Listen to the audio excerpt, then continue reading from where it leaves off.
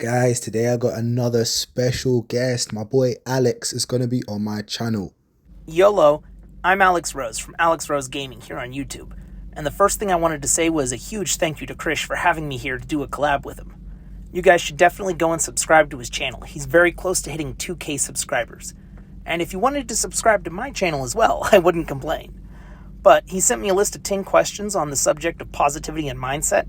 I've taken some time to think over them, and I'll go ahead and share my thoughts and opinions with you guys here now. Being positive and staying positive are the keys to success in life. So I'll ask Alex to answer my questions. Number 1, what does being truly positive mean to you? Is it ignoring negativity or transforming it?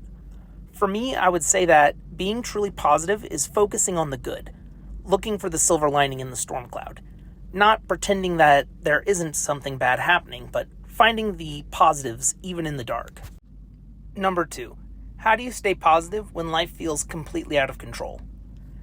I'm not really sure if it counts as staying positive, but more along the lines of helping me get through whatever the challenge is to remember the mantra, "This too shall pass." King Solomon had wanted a ring that whenever he gazed upon it would make him happy during sad times and make him sad during happy times, so he could try and keep himself focused and grounded. And the ring he was given had the inscription, "This too shall pass," engraved on it. And whenever he was at a party and saw it, it reminded him that the good times would end. But during his challenges, it also reminded him that the bad times would also come to an end. Question number 3. Do you believe positivity attracts better experiences, or do good experiences create positivity? I 100% believe that being positive will attract better experiences. What you put out into the world will come back to you in sort of a karmic retribution kind of way. And if you face things with a more positive, optimistic outlook, you're tending to find more of the positive, optimistic things. You end up looking for something positive and you find something positive. Whereas if you go at it with a negative or pessimistic mindset, you'll only find the negative, pessimistic things. And people will pick up on that and treat you accordingly. If you're just having a smile on your face, you seem approachable, nice, people are going to pick up on that and they're going to treat you better than if you seem sullen, sulky, or even kind of pissy. As far as good experiences creating positivity, I don't really think so, because if you go on vacation, for example, and you're in a beautiful area and everything is nice, but you're in a negative mindset, it'll ruin your vacation, and when you think back on that time, you won't remember it fondly. Number 4, can pain and suffering actually make you a more positive person in the long run? I would say it's highly situational. For some people, it definitely makes them a much kinder, more positive person, but for others, it twists and warps them. It's like the old saying that the world hurt me, so I will hurt everyone else, or the world hurt me, I'll make sure it doesn't hurt anyone else. It really depends on how you internalize it. I think it boils down to perspective. And me personally, I believe that it does end up making you a more positive person, for me anyway, because I see it like you're being forged into something great.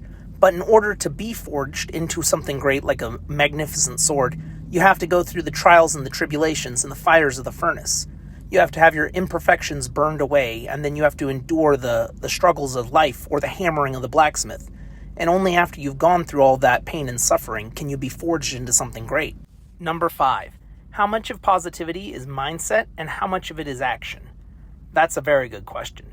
I believe that you have to actively choose to have a positive outlook even when things are grim.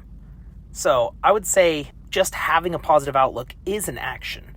But to give a straight answer, I would say 50-50.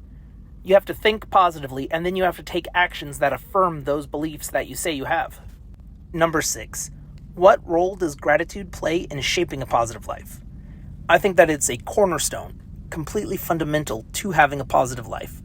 If you're not grateful, you're not going to be able to be positive. You'll be looking at everything through a lens of lack or envy about what you don't have rather than what you do have. I personally start each day by thanking God for the things that I have in my life. Friends, family, health, wealth. Doesn't matter what it is, as long as I start my day by being grateful. And you don't have to pray. You could write it down on a piece of paper and make a list out of it. Just the act of being grateful itself puts you in a more positive mindset to take on the day. Number 7, do you think being too positive can ever stop you from facing reality? Yes. I feel that there's a fine line between being optimistic and positive and looking for the bright side, and just being completely delusional and ignoring reality.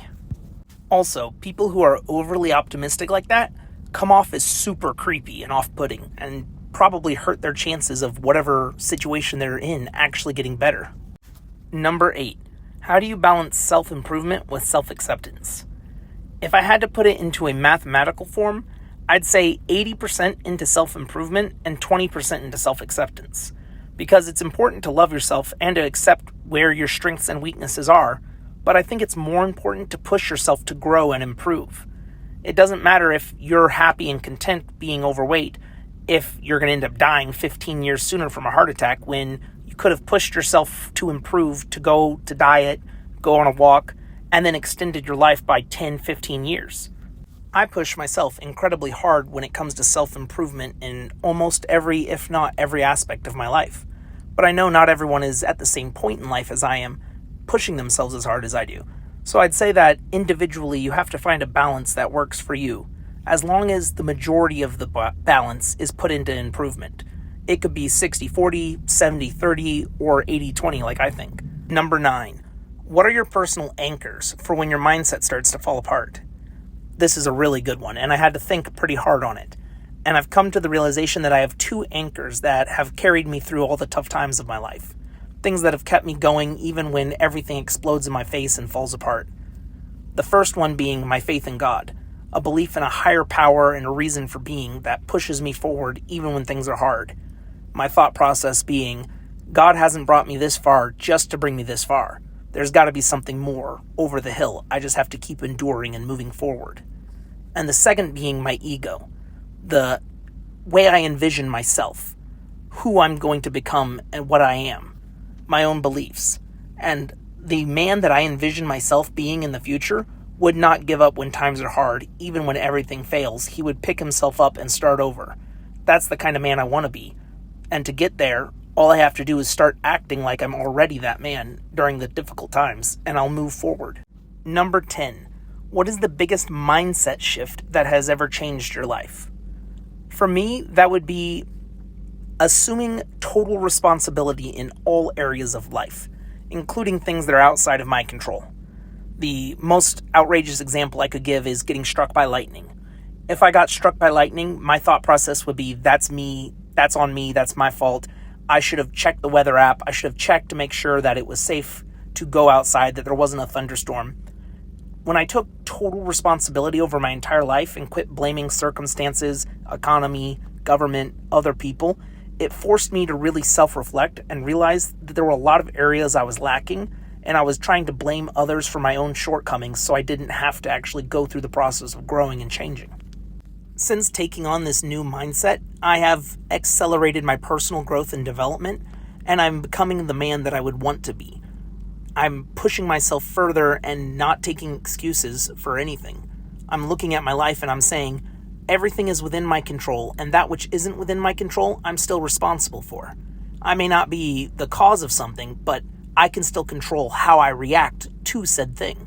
And I've really taken to the Stoic mindset when it comes to that, like the writings of Marcus Aurelius, Meditations. I highly recommend that book to everyone, especially young men. Thanks again, Krish, for having me on. It was an absolute blast. And for everybody watching, you should go ahead and drop a comment below telling what your thoughts on positivity and mindset are. And I'm sure Krish, as well as myself, will try to respond to as many people as possible. But thank you again for having me on. Don't forget to like, comment, and subscribe, and I'll catch y'all on the flip side. You guys need to subscribe to Alex. Get him to 100 subscribers by the end of the year. Let's go, everybody. And like I said, when it comes to positivity, your mindset is the only thing that you can control in this physical world. You lot take care and have a great day.